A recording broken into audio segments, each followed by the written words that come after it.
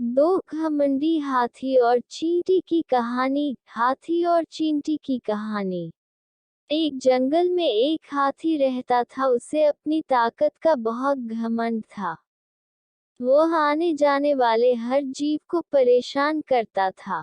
उसकी इन हरकतों से जंगल के सभी जानवर बहुत परेशान थे। एक दिन हाथी बिना किसी कारण के चिड़िया के घोंसले को तोड़ दिया। हाथी की इस हरकत से जंगल के सभी पक्षी उससे बहुत अधिक नाराज हुए। कुछ दिनों बाद हाथी ने खरगोश के बिल को अपने पैर से दबाकर रौंद डाला। कुछ दिनों बाद उसी हाथी ने कुछ हिरणों को पटक पटक के मारा, जिससे वो बुरी तरह से घायल हो गए। हाथी की इन हरकतों से जंगल के सारे जानवर उससे बदला लेना चाहते थे। एक दिन हाथी पेड़ की छाया में आराम कर रहा था। वही कुछ चींटियां भी रहती थी। तभी अचानक जोरदार बारिश होने लगी। पानी से बचने के लिए हाथी पास की ही गुफा में चला गया। चींटियां भी पानी से बचने के लिए गुफा में चली गई। चींटियों को गुफा में आया हुआ देखकर हाथी नाराज हो गया और कहने लगा, अरे तुम जैसी छोटी चींटियां मेरे पीछे पीछे गुफा में आ गई हो। क्या तुम्हें अपनी औकात नहीं पता? मैं चाहूं तो तुम्हें इसी वक्त मसल कर तुम्हें मार सकता हूं। उद्धरण चिन्ह। हाथी की इस तरह घमंड भरी बातें सुनकर चींटियों को बहुत गुस्सा आया। उनमें से एक चींटी बोली, अरे हाथी, तुम हमें क्या घमंड दिखा रहे हो?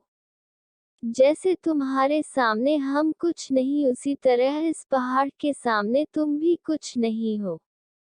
उद्धरण चिन्ह। चींटी की बात सुनकर हाथी और अधिक आग बबूला हो गया। हाथी बोला, मैं चाहूं तो इस पहाड़ को भी अपनी ताकत से हिला सकता हूं। और इतना कहकर हाथी जोर जोर से गुफा के अंदर पैर पटकने लगा। हाथी के पैर पटकने से गुफा के सामने एक बहुत बड़ा पत्थर आकर गिर गया और गुफा का गेट बंद हो गया। चींटी हाथी से बोली, अरे हाथी, तुमने यह क्या किया? अब तो गुफा का गेट ही बंद हो गया।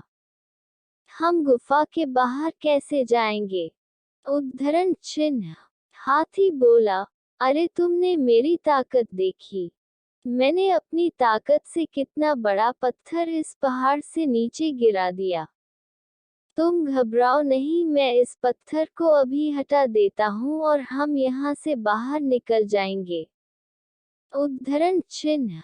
हाथी ने पत्थर को हटाने का बहुत अधिक प्रयास किया, किंतु पत्थर बहुत अधिक भारी था और वह हाथी से नहीं हटा।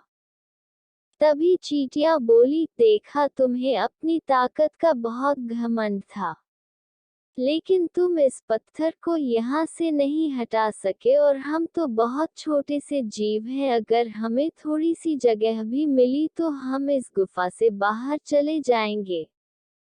इतना कहकर चींटियां एक बहुत ही छोटी सी जगह से गुफा से बाहर निकल गई। इधर हाथी को अपनी गलती का बहुत अधिक पछतावा था। गुफा से बाहर जाकर चींटियों ने हाथी के परिवार वालों और उसके दोस्तों को सारी बात बतलाई। हाथी के परिवार वाले और उसके दोस्त गुफा के पास आए और सभी ने मिलकर गुफा के बाहर गिरे पत्थर को वहां से हटा दिया। इस प्रकार हाथी गुफा से बाहर आ गया। हाथी को अपनी गलती का बहुत पछतावा था और उसने सभी चींटियां से अपनी बदतमीजी के लिए माफी मांगी। इसके बाद हाथी ने दोबारा जंगल के किसी जीव को परेशान नहीं किया। शिक्षा। घमंडी हाथी और चींटी की इस कहानी से हमें शिक्षा मिलती है कि हमें कभी भी अपनी ताकत का घमंड नहीं दिखाना चाहिए।